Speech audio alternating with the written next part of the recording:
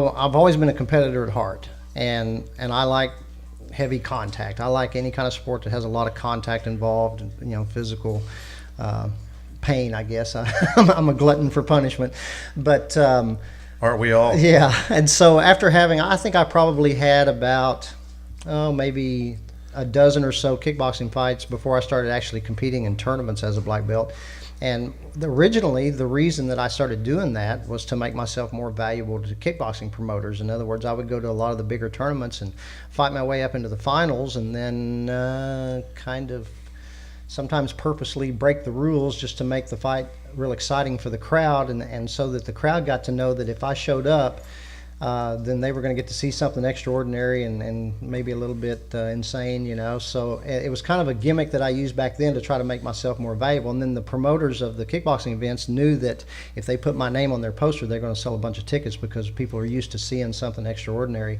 And that's how I got involved in point karate. Then I kind of fell in love with the sport, and I decided I wanted to learn how to play the game correctly so that I could, proceed with that, because I had suffered a few knee injuries and some other stuff. I had 31 PKA fights professionally before I retired from kickboxing, and mainly that was because of some knee injuries that I had, and so I just really wanted to do my best at the tournament karate because I had a pretty good sized school growing at the time, and I wanted to get my students involved in that. And tournament karate is more of a family type atmosphere and a family type event, and you're taking the kids fighting everywhere from 5 years old on up to 50, and so I wanted to adapt to that and be a champion. Anything I put my hands on, I want to make sure that before I'm finished with it, I end up at the top somehow.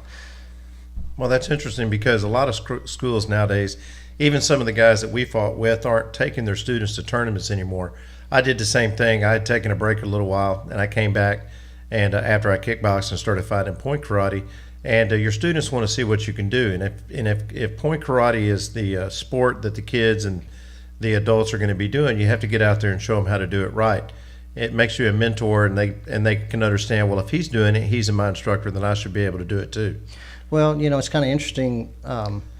There's several reasons that I'm fishing as a professional bass angler right now, and one of those is because I'm so driven as a competitor. That's part of my nature. But one of the things that I've always had in the back of my mind, and that has always been a motivating force for me, is that being an athlete coming up through the years, especially when I was younger, I didn't really like. And I was real fortunate that I had really excellent coaching and stuff during football and things like that, but I never liked those coaches that were fat and out of shape, smoking a cigar, yelling at you to run another lap. I always felt like I was learning more, and I respected my coaches more if they were athletes themselves, and I knew that anything they asked me to do was something that they had already done or could do at the drop of a hat. So over the years, one of the reasons I guess I continued to fight for so long was I felt like that if I'm teaching my students something on the floor throughout the week, that one of the ways for them to have complete confidence in what they're being taught and what they're training in is that they could go out any weekend of the year and see me line up against all the other black belts from the region or from the country, because I fought a lot of national events for years, and they knew any weekend of the year they could go out there and watch me prove everything that I told them on the floor. They could watch me win using the same techniques that I was teaching them every week, and so that gave them a lot of confidence in their technique, and so then they would go out and be successful because they really believed in it. Well, when I started getting older and my body starts falling apart, one of the goals that I'd set for myself as a young man was fishing pro bass tournaments.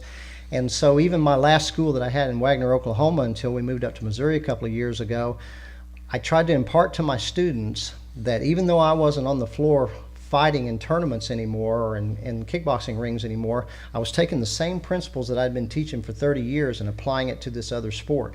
So my students were behind me all the way in my bass fishing because they knew I was taking the same principles and the same ideas and applying it to any situation and make it work. So I felt like even though I wasn't out there fighting, I could still go out there and apply those same principles to the sport that I had chosen at that point, and they could watch me week by week go out and win with that, and it still gave them confidence in everything that we did on the floor, because I never asked them to do anything that I couldn't do for them and show them how to do it, and they could see it was effective. And that's everything from a jump spin kick to a right cross to going out and winning a bass tournament. It's all the same principles that we apply to winning. Winning is a habit, okay? Winning can become a habit, and if you learn how to win, it's something that'll carry over into every aspect of your life, and that's, I guess, probably what I've always tried to teach people, is that there's a way to learn how to learn and learn how to win, And when you can do that, you can apply it to anything. Oh, I agree 100% with that. All right, let's take a little break here. We'll be right back here in just a moment.